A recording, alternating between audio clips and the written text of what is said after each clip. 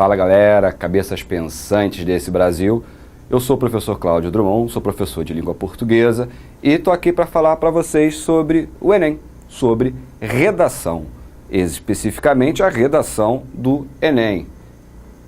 Então vamos lá, redação no Enem.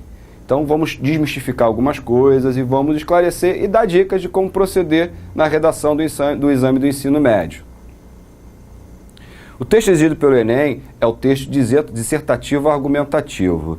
E esse texto, essa prova discursiva, porque você tem a prova objetiva, que você no mesmo dia fará 90 questões, mais a prova do Enem, mais a redação, que é a prova discursiva, que valerá 1000 pontos. Então, metade dos pontos é atribuído à redação. Não é pouca coisa, né, moçada? Então, a gente precisa ter muita atenção na hora de fazer essa redação. O que vem a ser, então, o texto dissertativo argumentativo? É uma bobagem a gente ficar perdendo tempo falando de narração e descrição, quando o texto que cai no Enem é uma dissertação argumentativa. Então, qual é a definição? É aquele que expõe ideias e, ao mesmo tempo, tenta convencer o interlocutor da validade delas. O que é o interlocutor? O interlocutor é a pessoa que lê. São os interlocutores, aquele que escreve e aquele que lê. O que lerá, a sua redação será o examinador. Você tem que apresentar uma tese, que é a tua opinião central, sustentada por argumentos. Então você tem o tema, que será solicitado para você escrever. A partir do tema, você tem uns textos motivacionais que vão te ajudar a criar os argumentos. É importante que você os leia, mas também não precisa ficar horas a fio lendo os textos, meio que querendo achar uma solução para os textos. Relaxa, leia os textos, eles irão te ajudar a criar argumentos, mas segue o fluxo, não fica preso a eles não. Você vai apresentar a tua tese. Lá você tem o tema e a tua tese é o quê? É a favor? É contra? É parcialmente a favor? É parcialmente contra? Então, de acordo com o teu posicionamento, de acordo com a tua tese, você vai argumentar em cima disso. Fácil, não? Objetivo. A dissertação é um texto que analisa, interpreta, explica e avalia dados da realidade. Ou seja, você vai ter que pegar esse tema, vai ter que analisá-lo, vai ter que interpretá-lo e vai o quê? Em cima de dados reais, coisas que realmente aconteçam, né, do seu dia a dia. Esse gênero textual requer reflexão, pois as opiniões sobre os fatos e a postura crítica em relação ao que se discute têm grande importância. Então, não dá para sair simplesmente escrevendo. Eu preciso refletir sobre esse tema, refletir, criar os argumentos e eu tenho que ter uma postura crítica, eu preciso criticá-lo. A gente vai ver mais na frente a tal da criticidade, que é a questão da crítica, e a discussão tem uma importância relevante no seu texto dissertativo. O que é a objetividade? A objetividade é um fator importante, pois dá ao texto um valor universal. Por isso, geralmente, o enunciador não aparece, porque o mais importante é o assunto em questão e não quem fala dele. Por isso, moçada, que a gente sempre fala, a dissertação não pode usar o quê? A primeira pessoa do singular, o eu, o minha, o meu. A gente não pode usar os pronomes de primeira pessoa, nem conjugar os verbos em primeira pessoa do singular. Porque o que é mais importante é o assunto, e não quem está escrevendo. Então, fica uma coisa muito pessoal, se você começa a colocar essa primeira pessoa do singular, o eu, meu, minha. Então, a gente tem que deixar de lado, porque o que está em questão é o assunto. Então, isso chama-se objetividade. A ausência do emissor é importante para que a ideia defendida torne algo partilhado entre muitas pessoas, sendo admitido o emprego da primeira pessoa do plural, o nós, pois esse não descaracteriza o discurso dissertativo. Então, eu posso usar o nós? Pode, mas aí eu vou dar uma dica, não use demais. E existe um sujeito chamado sujeito desinencial. O que é o sujeito desinencial? É aquele sujeito implícito na desinência do verbo. Então, ao invés de você colocar, por exemplo, vamos lá, nós sabemos da importância não vai dar aqui, mas relaxa. Só para a gente dar importância, né, de alguma coisa. Nós sabemos da importância de alguma coisa. Ao invés de você colocar esse nós, trabalhe com a desinência do verbo. Nós, eu só sei que sabemos da importância. Esse acento aqui está errado. Vamos voltar então com mais ou menos 7 minutos.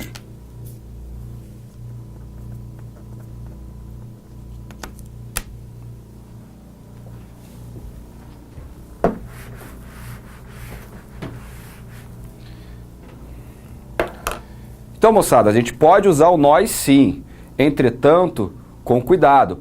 Prefira utilizar o sujeito desinicial, que a galera chama de oculto, mas não é muito legal chamá-lo de oculto não, a gente vai ver isso mais na frente.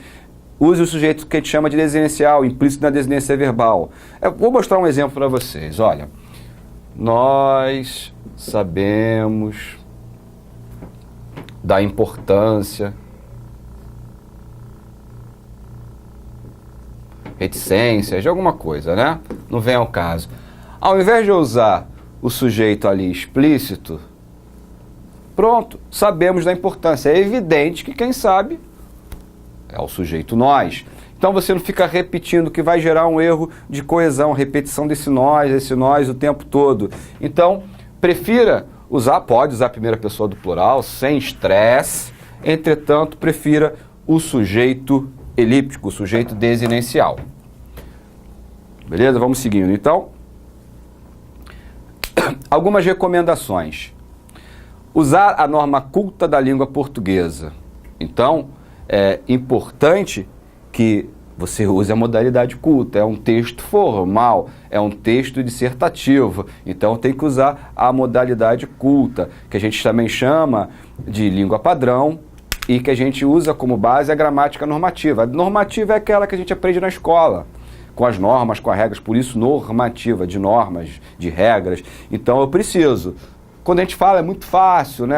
Porquê? Eu não preciso, na hora da fala, dizer esse meu porquê é separado, esse meu porquê é com acento, mas na hora de escrever é fundamental. Então por isso a gente precisa usar a norma culta da língua, a gente não usar gírias também, e tipo de coisas, de jargões.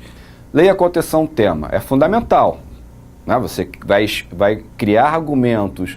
De que forma, se você não entender o tema? Então, a leitura do tema, dos textos motivacionais, é fundamental para a criação dos seus argumentos. Então, leia ele com muita atenção. O Enem espera dos candidatos textos sem sentido denotativo, com poucas palavras, mas coerentes, concisas e objetivas. Traduzindo.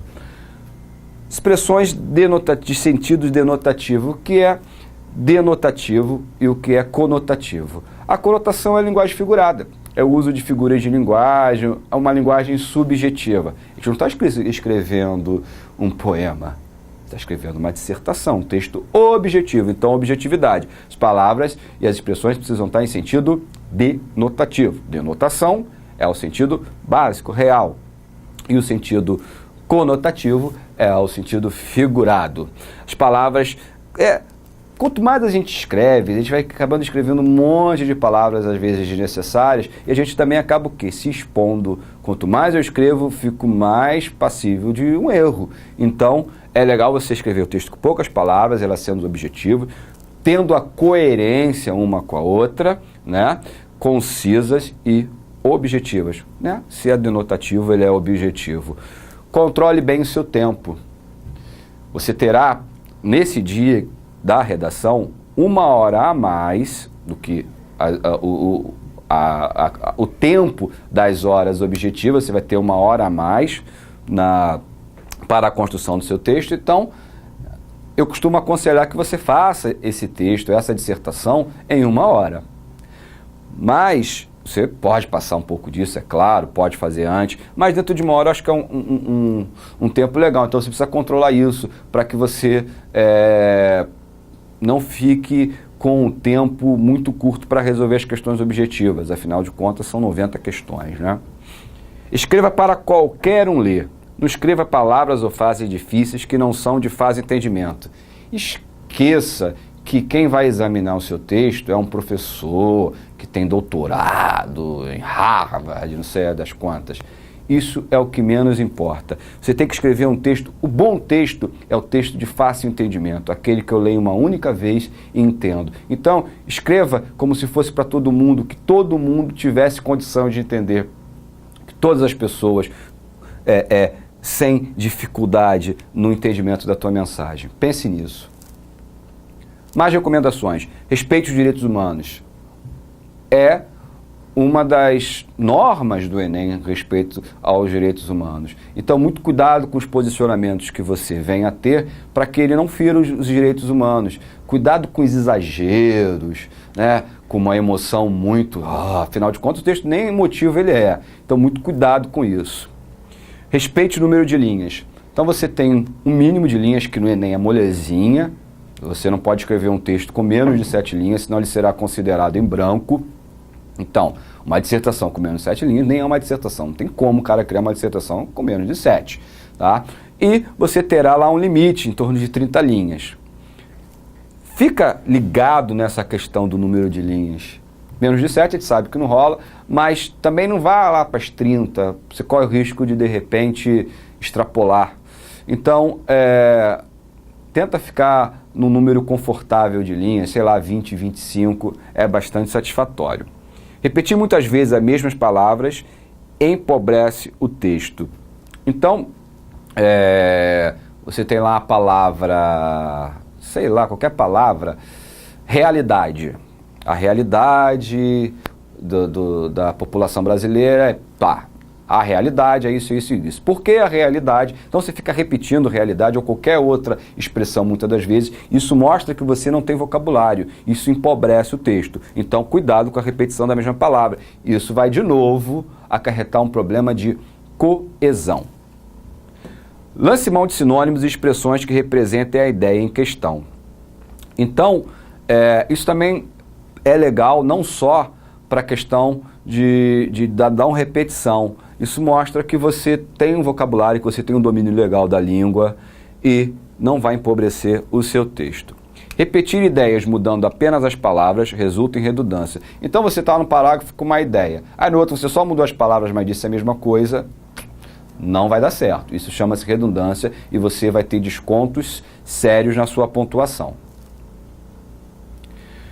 Período adequado. Com frases curtas, máximo de 3 orações por período. Lembre-se de não ser prolixo. Vamos ver cada pedacinho aqui. Primeiro, o que é um período, né? Período longo. Claudinho, período. Então vamos lembrar. A gente tem 2 tipos de períodos. O período simples e o período composto. Período simples tem uma única oração,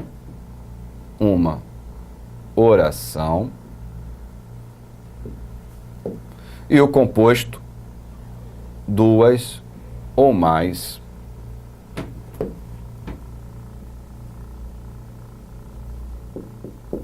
orações. Então, o que ocorre? Você vai montar o teu período. Esse período, ele pode ser simples ou pode ser composto, tá? O que é uma oração? Uma oração é uma frase com verbo, né? É uma frase com verbo. Então, 2 ou mais orações. Então, no máximo, você vai fazer um período que não extrapole de 3 orações, eles ficam muito longos. E aí o que acontece? Você acaba fazendo um período muito longo, que pode resultar na prolixidade. Você acaba sendo prolixo. O que é ser prolixo? Ser prolixo é falar muito e não dizer, no final das contas, nada. Falou e não disse nada. Um monte de expressões, um monte de palavras desnecessárias. Então, o período adequado para a construção do seu texto são períodos curtos, com frases curtas e poucas orações. Qualidade de um bom período. Que ele seja direto ao apresentar a ideia, né? Porque ele sendo direto, ele vai consequentemente ser claro. Então você tem que ser objetivo, sem ficar inventando palavras e colocando palavras desnecessárias e também sem ser prolixo. Procure usar a ordem direta, ou seja, sujeito, predicado e complemento. O que seria a ordem direta? Eu tenho lá João comprou um carro. João comprou um carro. Isso aqui é minha ordem direta, olha só. Eu tenho o meu sujeito, tenho o meu predicado, todo isso aqui é predicado, e isso aqui é o meu complemento. Isso aqui chama-se ordem direta. O que seria uma ordem indireta? Por exemplo, um carro, comprou o João, um carro, comprou o complemento vindo do início. Cláudio, está errado? Não, errado não está. Mas a gente deve, numa dissertação, sempre buscar a objetividade, sendo assim, buscar a ordem direta das frases e orações. Use a voz ativa, tá? Tente não usar a voz passiva, melhor, não use mesmo a voz passiva. A voz ativa é aquela em que o sujeito, ele é... Aqui, vamos lá. O sujeito... Vamos botar o Cláudio agora. Explodiu. Vamos chamar de terrorista não, hein? Explodiu a banca. Cláudio explodiu a banca. Meio Osama Bin Laden, mas tudo bem. Cláudio é o sujeito. Ele é um sujeito que pratica a ação do verbo explodiu. Então aqui a gente diz que essa frase, essa oração está na voz ativa. O verbo, né? O verbo está na voz ativa. Agora, se tivesse a seguinte construção: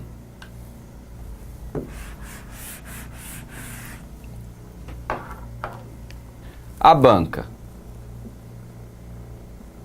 foi explodida pelo Cláudio.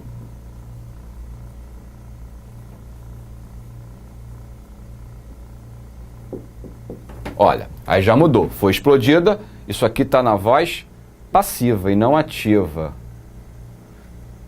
Tanto que depois vocês vão perceber que a voz passiva ela vem com verbo auxiliar e verbo no particípio. Mas, para a gente entender essa questão da ativa e passiva, no primeiro caso, o Cláudio explodiu. Ele exerceu a ação de explodir. O verbo na voz ativa. Agora, a banca, ela não está explodindo nada. Ela passa a ser um sujeito paciente. Ela não explode, ela é explodida. Então, nesse caso, é a voz passiva. A gente diz que o verbo está na voz passiva. Esse tipo de construção deve ser evitado na redação, na dissertação do Enem. Sempre voz ativa. E evite os gerúndios, o gerundismo, né? Vou estar falando, vou estar comprando, comprarei, falarei. É tão mais simples, tão mais bacana do que ficar usando gerundismo. Gerundismo é um vício de linguagem, não é bem visto na prova do Enem. Na verdade, em nenhum texto. Qual é a estrutura da dissertação? A dissertação, ela tem a seguinte estrutura: uma introdução, um desenvolvimento e uma conclusão. Na introdução, você vai apresentar ao interlocutor, né, aquele que está corrigindo a sua redação, o tema e a tua tese. Imagine que ele não sabe qual é o tema. Claro que ele sabe, mas imagine que ele não sabe. Então você vai estar apresentando para ele este tema. No desenvolvimento é a hora que você vai colocar os seus argumentos, vai expor o seu ponto de vista e vai argumentar, vai colocar os parágrafos de maneira coerente e coesa para desenvolver a sua tese. E a conclusão, já por si só, o nome por si só já diz, ela é o fechamento, é o final, grande finale, é o felizes para sempre. Ali você retoma a tua tese inicial, você vai lá na introdução, vê se está tudo no esquema e fecha, retomando a ideia inicial, concluindo o texto. E como o Enem ele pede uma intervenção, possivelmente na conclusão você vai estar colocando essa intervenção. Numa outra aula a gente vai falar especificamente da estrutura do texto dissertativo, como fazer uma introdução, como fazer um desenvolvimento, como fazer uma conclusão. Não precisem ficar desesperados. Bem, o conteúdo argumentativo adequado. A argumentação do candidato deve sempre fundamentar de maneira clara e convincente as ideias que apresentou na introdução. Então, a partir do momento que a minha introdução está lá feita, eu botei um questionamento, eu dei um exemplo, fiz uma citação, ou seja, já posicionei a minha tese, ela tem que ser toda fundamentada, o meu texto todo tem que ser fundamentado de maneira clara e convincente de ideias, né? Todas as partes de um texto devem estar voltadas a um objetivo principal. Então, desde a minha introdução à minha conclusão, ela tem um objetivo, ela não pode fugir da minha tese, senão você, o quê? Torna-se incoerente. Acrescentar novas informações após o parágrafo introdutório, ser coerente o tempo todo. Que eu acabei de falar. Então, após o parágrafo introdutório, é o momento em que eu irei expor as minhas ideias, irei argumentar. Tá? E fechando com a conclusão.